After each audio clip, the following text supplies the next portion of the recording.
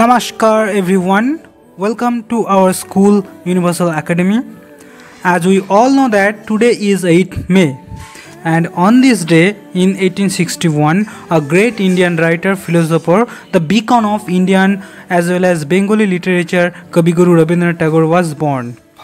So I wish you all a very happy Rabindra Jayanti. So here is our dedicated teacher Mr. Chinmay Roy along with other teacher and students, and Mr. Chinmay Roy is a teacher in literature with us and he will enlighten on this day and the importance on this day. Sir, can you tell me something about this day, please?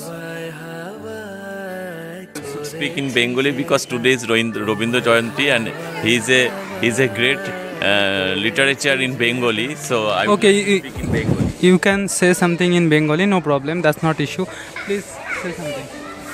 আমার সোনার বাংলা আমি তোমায় ভালোবাসি।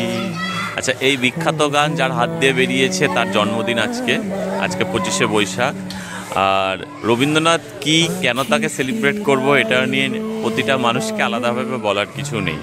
সে শুধু ভারতবাসীর মানুষের আত্মায় নয়, সে বিশ্ববাসীর আত্মায় একেবারে নিজের জায়গাটা ঠিক দখল করে নিয়েছে এবং তারা শুধু সৃষ্টিকর্মের মধ্যে দিয়ে নয়, তার সামাজিক কর্ম, তার ধ্যান ধারণা, তার দার্শনিক জীবন, তার সমস্ত কিছু নিয়েই তিনি বিশ্বজগতের মানুষের কাছে একেবারে তার আত্মায় স্থান করে নিয়েছেন। তো আজকে 25শে বৈশাখ রবীন্দ্রনাথের জন্মদিন, আমরা আলাদাভাবে তাকে শ্রদ্ধা জানাবোই, তার সঙ্গে সঙ্গে তাকে স্মরণ করার জন্য আমরা বিভিন্ন রকম গান, কবিতা, আবৃত্তি এবং নাটক পাঠ করব। সাহিত্য জগতে তার তো অবিরল বিচরণ ছিলই। তিনি শুধু একজন বিখ্যাত কবি নন, তিনি উপন্যাসিক, তিনি প্রাবন্ধিক, তিনি ছোট গল্পকার, সর্বোপরি তিনি একজন বড় চিত্রশিল্পী। মানে মধ্য বয়সে এসে তিনি হঠাৎ করে যে চিত্রশিল্পের প্রতি প্রচুর ভালোবাসা তার জাগে এবং প্রায় 65 বছরে পূরবী কাব্যগ্রন্থ কাটাকুটি করার সময়ে তার হাতে প্রথম ছবির জন্ম হয়। তাহলে স্যার একটু বলবেন যে আজকের দিনের গুরুত্বটা কোথায়, মানে what's the importance of this day, মানে কেন আমরা সেলিব্রেট করবো এই দিনটিকে?